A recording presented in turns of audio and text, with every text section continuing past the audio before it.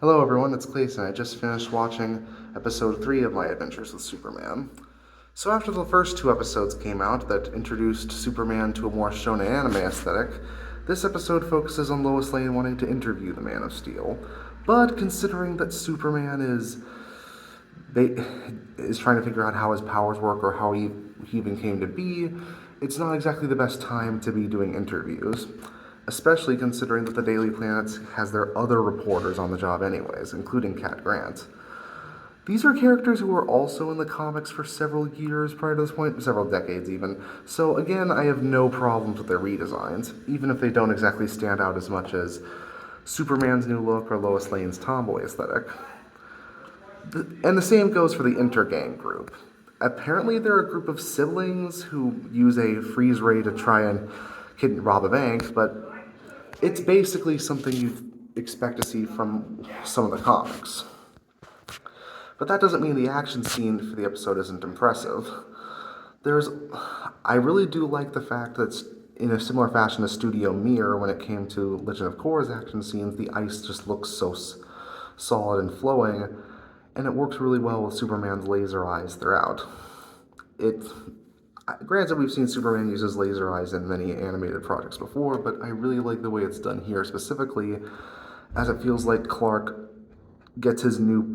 learns how to use certain powers at set intervals that make sense. Plus, I just really like the relationship between Clark and Lois as it's developing right now. Of course, they're cute together, and I do appreciate that they always get blush around each other and such. But I appreciate that Lois is able to catch on to certain things quicker than most of her other incarnations.